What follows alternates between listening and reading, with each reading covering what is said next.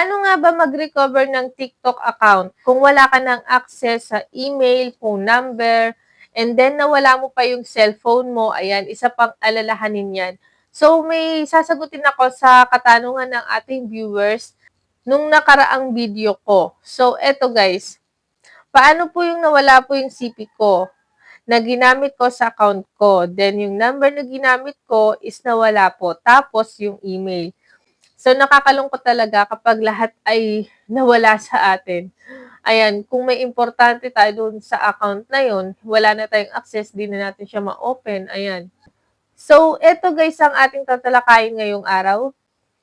Kung bago ka lang or napadaan lang dito sa channel ko, huwag mo kalimutan mag-subscribe. Siyempre, i-like mo na rin at hit the bell button para lagi kayo updated kapag may bago akong upload. So, guys, umpisahan na natin. Let's go! Una guys, pupunta lang tayo sa TikTok. Ayan, click lang natin yan guys. Tapos pindutin natin ang profile sa baba. Ayan, click lang natin yan guys. Then yung 3 lines sa itaas, pindutin lang natin yan. Tapos sa baba, yung setting and privacy. Ayan, click lang yan. Tapos hanapin natin sa baba ang switch account. Ayan. Pindutin lang yan guys. Pero hindi tayo maglalagin dito. Pindutin natin ang add account. Ayan. Yung add account guys ang pipindutin natin dyan. Tapos kung nakikita nyo yung question mark sa taas guys sa kaliwa, pindutin lang yan. Tapos pindutin ng recover your account. Ayan, click lang yan. And then dito guys, sa search bar ay itatype natin yung username natin, yung nasa ibaba ng ating profile sa TikTok.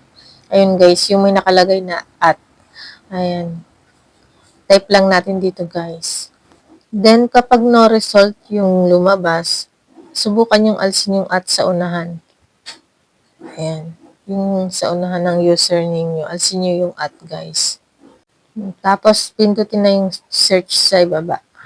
Ayan. So, dito guys, ayan, papipiliin kayo kung saan pwedeng mag-send si TikTok ng code. Ayan. Pero dahil nga wala na kayong access sa mga yan, pindutin natin tong sa ibaba guys. Itong can't access this. Ayan guys, click lang natin yan. Tapos pindutin natin yung request support. Ayan, click lang natin yan guys. Ayan. Then dito guys, may lalabas na send message sa ibaba. Ayan, dyan na kayo magta-type kung ano yung concern nyo kay TikTok. Ayan. So, wala akong nagawa guys na halimbawa. So, kayo na lang ang gumawa. Kunyari, hi TikTok, ganyan. Kung ano yung concern nyo, kung nawala yung cellphone nyo, hindi nyo na alam yung email nyo, password. Ayan, sabihin nyo lahat ng concern nyo dito guys. Tapos, send nyo na. Tapos, dun sa hiniram yung cellphone, may makikita kayong courting box sa itaas. Diyan magsisend ng email si TikTok kung okay na yung isinend nyo sa kanyang message. Ayan. Doon nyo lang siya makikita guys. Diyan nyo titingnan. So, ayun lang guys.